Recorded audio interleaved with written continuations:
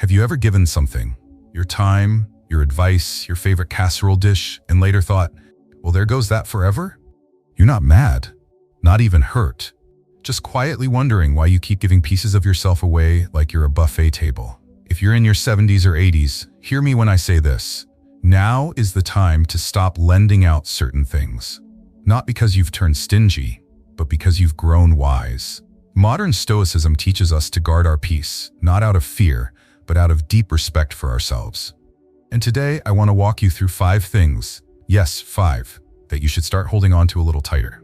This is about living with clarity, courage, and yes, a touch of stubborn grace. If you're watching, comment 1 below to let me know you're here with me. And if this message makes you smile, nod, or say, that's me, go ahead and like, share, and subscribe. Let's keep this little circle of wisdom growing. Now let's begin. 1. Stop lending your emotional energy to other people's drama. When I was in my late 70s, I remember sitting at my kitchen table with a lukewarm cup of coffee, listening to the same tired argument between my 2 adult children over the phone. Something about a family vacation, someone not pulling their weight, someone being ungrateful. It all blurred together after a while. I held the phone in one hand, stirring my coffee with the other, and suddenly I realized this wasn't my problem to solve. And yet, there I was, letting their voices fill my head and drain my spirit. This moment, small as it seems, was a turning point. It made me recognize how much of my emotional energy was being spent on things I could not control. Not just my children's quarrels, but the neighbor who knocked just to complain about the lawn next door, or the friend who couldn't go one lunch without bringing up someone else's drama. These things used to pull me in, like quicksand, slow at first, then all-consuming. I used to think I was being a good listener, a responsible mother, a dependable friend, but all I was doing was emptying myself out and leaving nothing for my own soul. Modern Stoicism, a philosophy I came to admire later in life, teaches that we must separate what is within our control from what is not. It sounds simple, even obvious, but it's a truth we often forget. Other people's emotions, their reactions, their decisions, those are not ours to carry. We may care, deeply even, but caring doesn't mean sacrificing our peace. We can be supportive without becoming the emotional dumping ground. We can listen without absorbing. We can love without losing ourselves.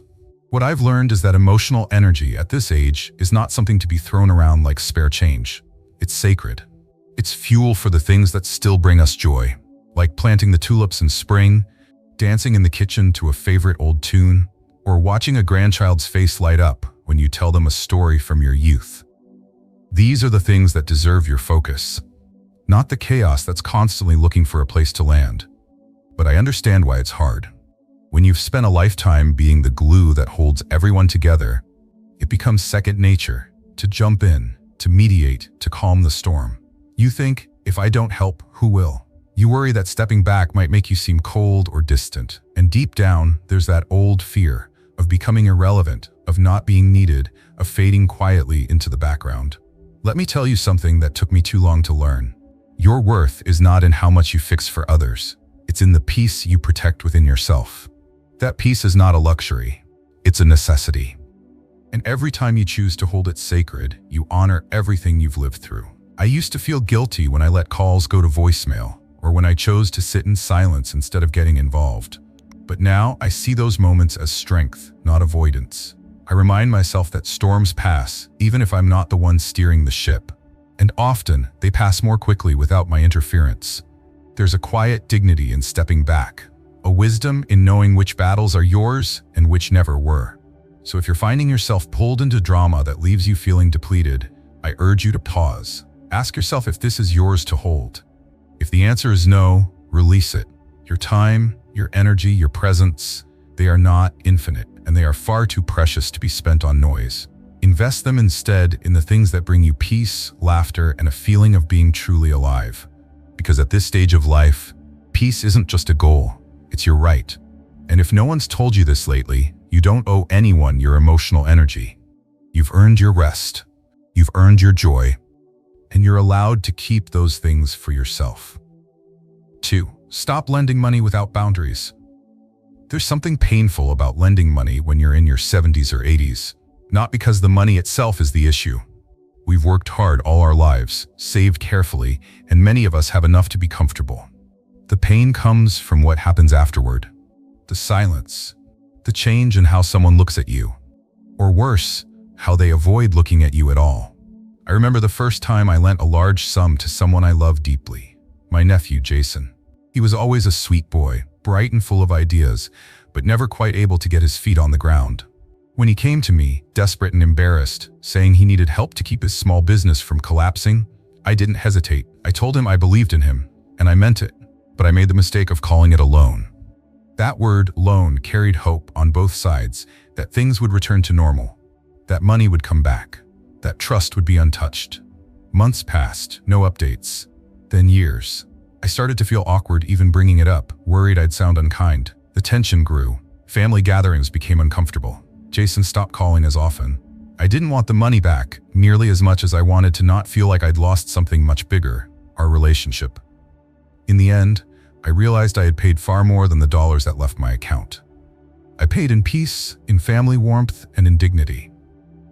It's a heavy lesson, but one many of us learn far too late. When you give money without clear boundaries, you don't just risk your savings. You risk the very connection you were trying to protect. The Stoics, with their grounded view of human nature, teach us that we should prepare ourselves for the truth of life, not just its hopes. One of their lessons still echoes in my heart. We suffer more from our expectations than from reality. So now I live by a rule I wish I'd followed sooner. If I give, I call it a gift. I let go of it the moment it leaves my hands. That way, if it's appreciated, wonderful. If it's forgotten, I'm not carrying the bitterness. And if I can't afford to give it freely, I don't give it at all. This isn't about being cold or selfish. It's about knowing your worth, about protecting the life you've built and the peace you've earned. You're not a safety net for grown children who can't manage their own finances. You're not a backup bank for people who haven't learned the value of a dollar. You are someone who has endured decades of sacrifice, uncertainty, and work. And that deserves respect, not guilt. Money, when lent without clarity or boundaries, becomes a wedge. It poisons relationships, it invites assumptions, and the worst part, it turns our generosity into something we regret. That's a cruel thing for a heart that only meant to help. So if you're watching this and feeling the sting of a past mistake, or standing at the edge of one right now, know this: you are allowed to say no. You are allowed to pause and think. You are allowed to protect what you've earned without apology. Because peace in these later years is priceless. And once it's shaken by financial strain, it's hard to get back. So give if you choose to. But give with open hands and a full heart. Never with strings, and never with silence about what you expect. That way, whatever comes of it, you won't lose what matters most: your dignity, your family harmony, and your own sense of peace. And if no one has told you this today, let me be the one to say it. Your financial security is not a luxury. It is your anchor. Protect it like the life you've built depends on it, because in many ways it does. 3. Stop lending your time to people who drain you. Did you know that according to the Bureau of Labor Statistics, people aged 75 and older spend more time alone than any other age group, nearly 8 hours a day on average? That statistic may sound bleak to some, but to those of us who have lived through decades of change, noise, responsibility, and chaos, solitude isn't always a punishment. Sometimes it's a long overdue gift. Marcus Aurelius once said, "It is not that we have a short time to live, but that we waste a lot of it." And by the time we reach our 70s and 80s, that truth hits a little harder. We begin to see time for what it really is: finite, precious, and more valuable than anything we've ever owned. It becomes clear that we no longer have the luxury of lending it freely to people who leave us drained, frustrated, or worse, invisible. I used to think that saying yes made me a good person. I was always the one picking up the phone when someone needed to vent, running errands for folks who never once returned the favor, hosting people who barely noticed how exhausted I was after. There was a stretch around the time I turned 73 when I felt like a hotel with no checkout time. People came and went as they pleased, and I smiled through it, even as I felt myself disappearing into the background. It wasn't one grand moment that changed me, but a collection of small, painful ones. I remember a Sunday morning when I had planned to spend the day reading and baking my late husband's favorite cornbread.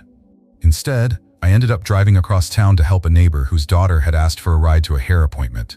There was no real emergency, just expectation. And when I came home, sore and tired, the house felt especially quiet. I realized how much of my energy I was giving to people who didn't value it. Not truly. Modern Stoicism invites us to look at life with clarity. It teaches us to live with intention, to recognize what's within our control, and to protect the peace we've spent a lifetime earning. That means knowing when to say no.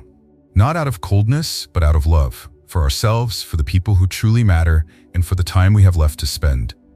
When you give your time to someone, you're giving them a piece of your life. And if those moments are filled with negativity, one-sidedness, or emotional labor that leaves you empty, what exactly are you gaining? There are some people, well-meaning or not, who always leave you feeling worse after they've left the room.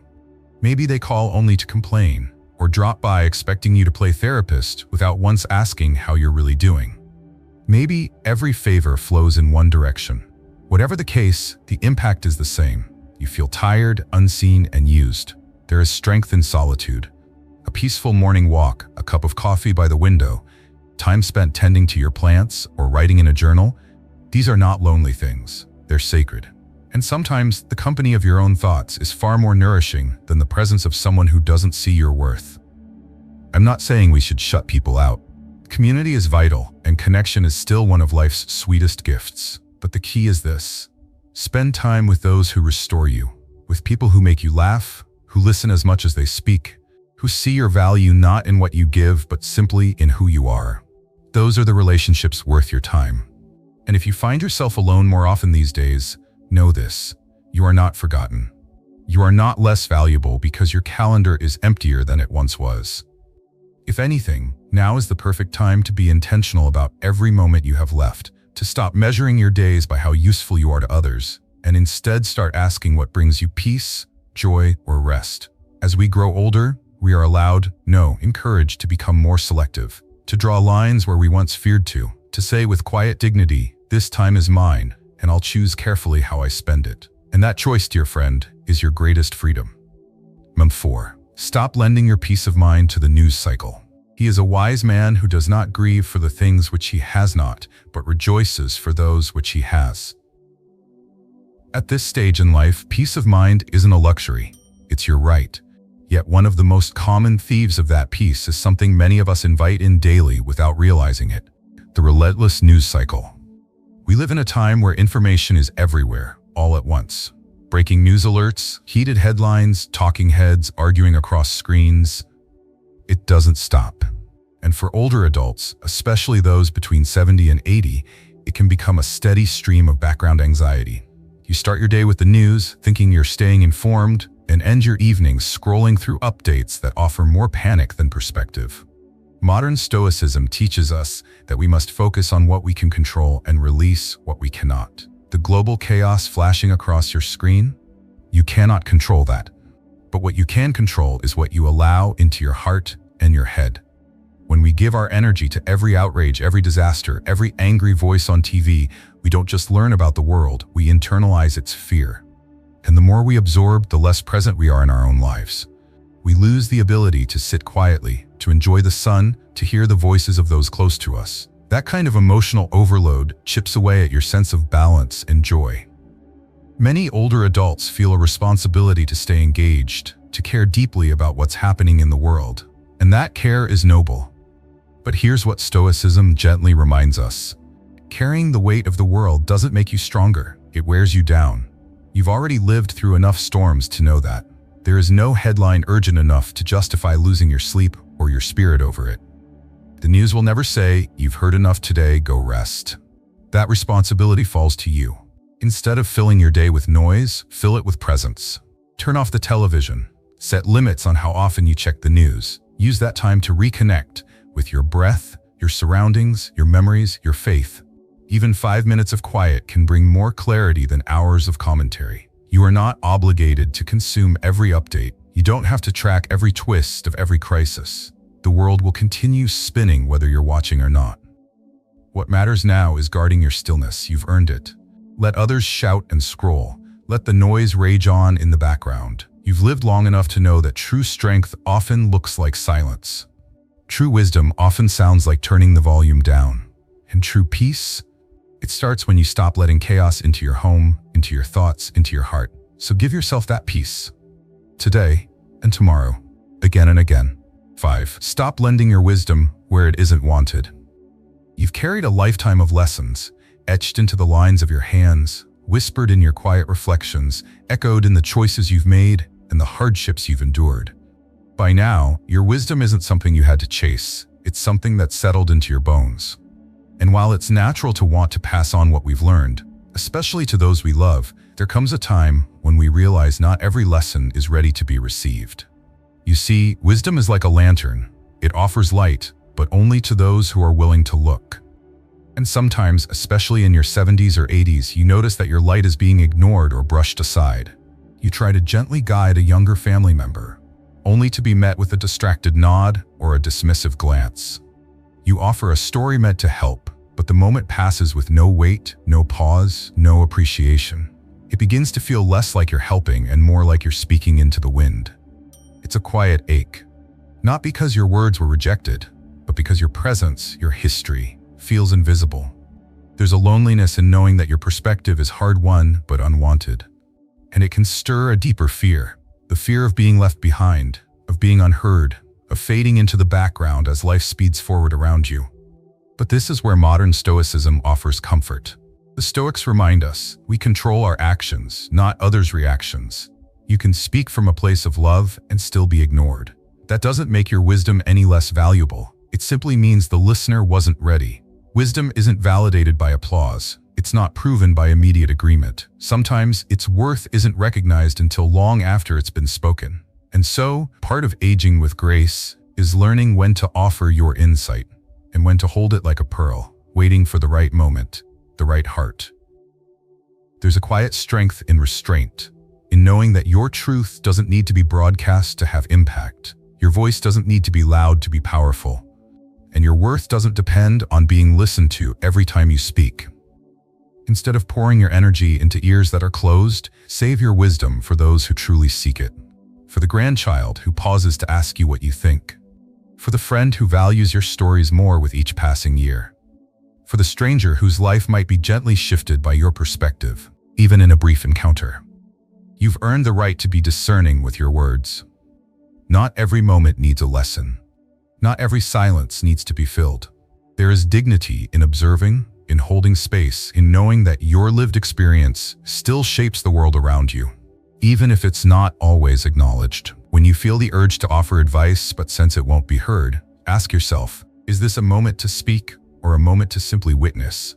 Sometimes the greatest gift you can give isn't your words, it's your presence, your calm, your quiet faith that life will teach what needs to be taught in time.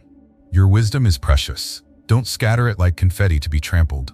Place it where it's honored, and trust that, even in silence, it still shines. Because one day, maybe years from now, someone will remember something you said. Not because you insisted, but because you lived it with integrity, with patience, and with grace.